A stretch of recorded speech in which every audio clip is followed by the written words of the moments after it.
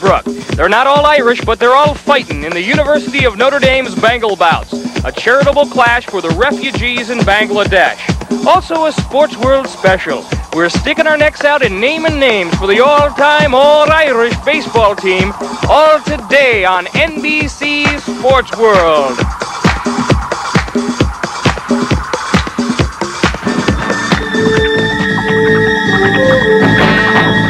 This is NBC Sports World, and today it's brought to you by the 1980 Volkswagen Rabbit, Dasher and Scirocco, and by Schlitz. Make the most of now.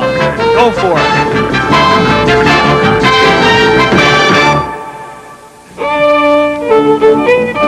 The University of Notre Dame has long been famed for its football, but today NBC Sports World travels to South Bend for a different spectacle. From the Athletic Convocation Center at Notre Dame University in South Bend, Indiana, we've got a very special event for you. The 50th annual Bengal Bouts. Top of the afternoon to you and a happy St. Patrick's Sunday, everyone. I'm Mike Adamley along with NBC's boxing expert, Raleigh Schwartz. Raleigh, of course, a manager of that absolutely spectacular 1976 Olympic boxing team. And what would a St. Patrick's Day festival be without the traditional leprechaun? And me boy, you did a great job on that tease, but we've got some other business now, so be gone with you, be gone with you. Okay, Raleigh, you know, people are going to ask at home, quite frankly, why is the network bothering to cover an intramural boxing championship? But we know for a fact that these Bengal Bouts are indeed unique.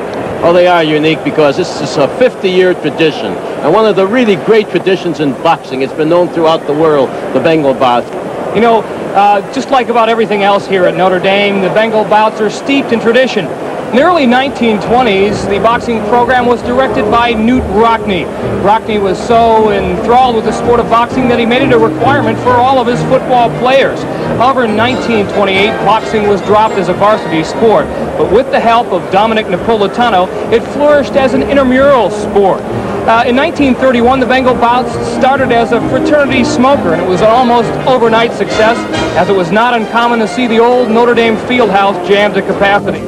Over the years, the bouts have attracted such great professional luminaries as Tony Zale and the hard-pounding Rocky Marciano. They were referees as well as giving boxing demonstrations. Football has also played a big part in the Bengal Bout success story. Not only have Notre Dame players participated, but also they have provided some of the most memorable moments in Bengal Bout history. In 1976, two NFL #1 draft picks, Ken McAfee and Ross Browner, stood toe-to-toe and banged it out, and many folks still believe the ring is shaking from that one, you know. I feel it right now. So go the Bengal Bouts, and you know, many people will look and say they'll have seen sharper jabs and crisper combinations, but believe me, the fans will not get shortchanged. They certainly won't, because the great effort will be the effort of these young men, and when the Irish get together for a fight, it's got to be a wow. And we're ready for action in the 155-pound weight class. Let's go ringside and meet the boxers. Hi, my name is Barry Tharp. I'm a sophomore from Lombard, Illinois, and majoring in fine arts philosophy. Hello, I'm Mike Marone from Buffalo, New York. I'm a sophomore, liberal arts major. Tharp wearing his badge of courage under his left eye, a shiner courtesy of a previous bout. Over 100 boxers started this Bengal tournament, went through a series of eliminations. Tharp in the gold, Marone in the blue. Looks like both men have thrown caution to the wind, and they're both going to try to take each other out with one big smash. As you notice, the big problem is this: both men dropped. Oh, a tremendous left hook by Marone. Now he's in the black trunks. Here comes Tharp going right to the action. A lot of illegal blows being landed. However, this is not international boxing. These are student athletes, and they're going at it with a lot of vim and vigor. As a matter of fact, many of these boxers never even slipped on a pair of boxing gloves before they joined the Notre Dame Boxing Club. I think it shows a little bit here, too. Tharp again in the gold, Marone, it's actually the blue trunks, Raleigh. They look black, very dark navy. Correct. Barry Tharp, you know, he's a walk-on member of the football team, and he's a rough lad. And you notice these football players, they go right to the action. He's the aggressor, and there's a big roundhouse right hand, landed on the palm surface, but strong enough to put Marone down. Sudis, the referee, Tom Sudis, a former Bengal boxer, checks Marone's condition, says he's okay to go. 90-second rounds here, and that's why you see all this furious action, because look at that. If they miss one, they're coming back with another, and the question, who has the strongest chin? Well, there Marone's chin paid the price. Tharp being sent to his corner.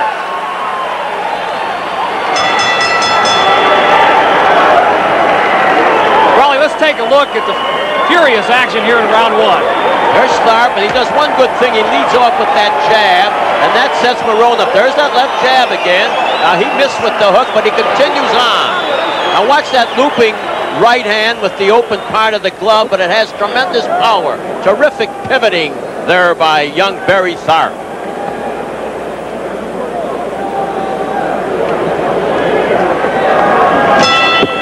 Round two, 155-pound weight class action. Barry Tharp in the gold, Mike Marone in the blue.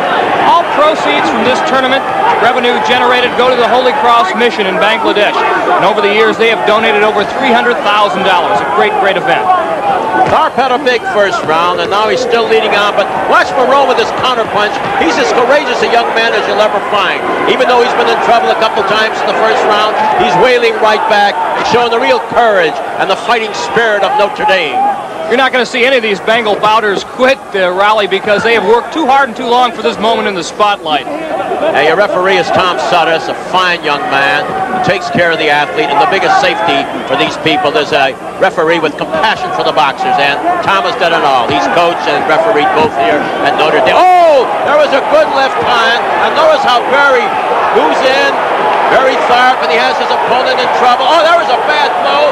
That was a blow back of the neck. It could be a foul, but Suttis now is giving him what is known as the standing knockdown. 8 seconds to see if this young man can collect his wits. If not, I'm sure he will retire him. And that's what he does. Nice going, Tom. Always protect that boxer. I don't think any of the two boxers who were superior over the other. It's just that Marone seemed to punch himself out first. Well, the big thing about Tharp, he's always coming back with another blow. Watch him. Now, there they both exchanged right hands. At this point, Marone is hurt. But that second and third blow that Tharp features in, and those combination blows have really undone young Marone. There goes Tharp with a big overhand right to the temple area. He chops down, and look out for that. There's the blow, which goes right back at the neck, and that is a definite no-no. Right there.